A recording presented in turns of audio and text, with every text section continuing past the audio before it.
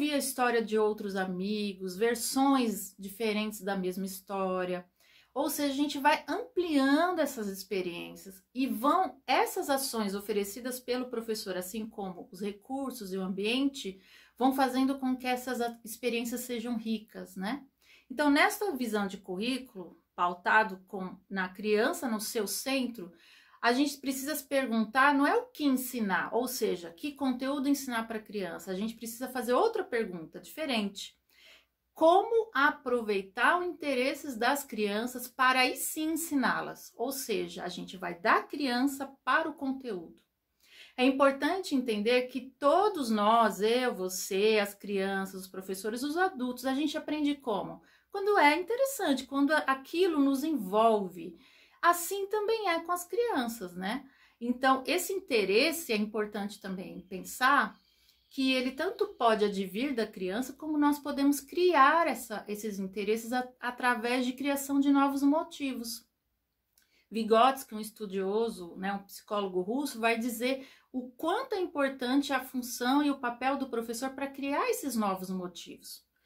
Para ilustrar um pouco essa ideia do interesse, do sentido que vai ter a atividade proposta, eu vou trazer uma cena que aconteceu na minha pesquisa de mestrado. Eu estava na sala de aula de educação infantil, acompanhando um grupo de crianças, e eu estava escrevendo tudo o que elas diziam. E uma criança me pergunta, o que você está fazendo? Eu digo, estou escrevendo. Aí ela fala, quem te mandou? O que será, então, que essa fala tem a nos dizer? Bom, a minha análise inicial é de que a escrita não fazia um sentido de motivar e de ser interessante para a criança, e que ela era muitas vezes colocada numa visão adultocêntrica, né? Centrada na visão do adulto sobre a escrita. Pensando na escrita, ela só vai ter realmente sentido quando ela parte da experiência vivida pelas crianças. Onde isso pode acontecer?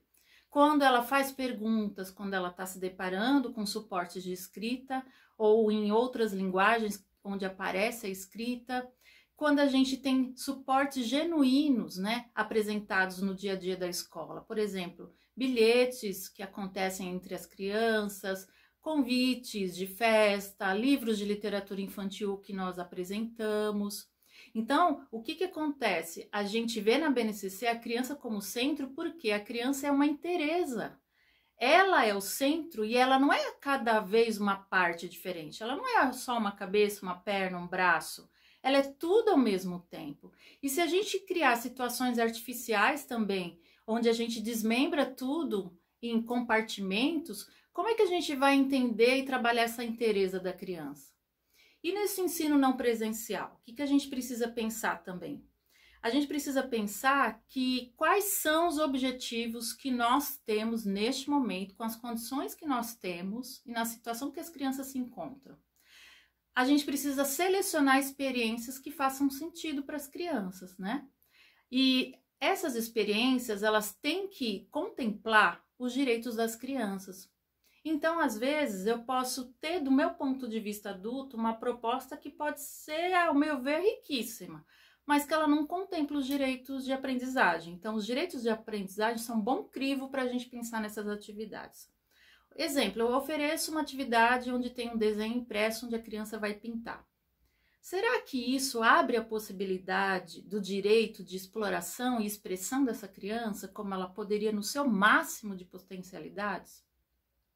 Trago aqui a ilustração também do Francesco Tonucci, onde ele vai falar sobre esse momento de pandemia, que neste momento a casa é a principal experiência, fonte de experiência das crianças.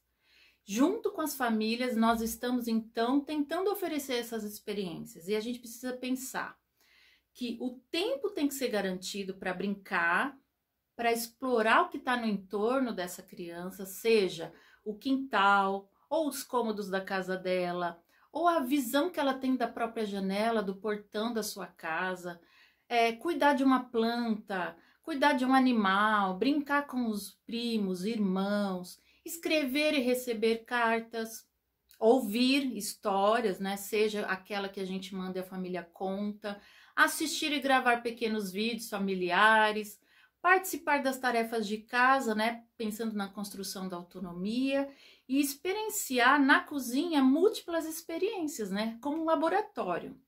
E a escola, então, pode ajudar a família a compreender esse processo, esse momento e entender o que é que as crianças precisam e o que elas podem desenvolver com esse universo que elas têm à disposição. A seguir, então, os outros formadores vão conversar um pouco mais sobre esses campos de experiência e pensar em algumas atividades que podem ser muito significativas para as crianças. Eu vou encerrando por aqui e um grande abraço e até o próximo encontro.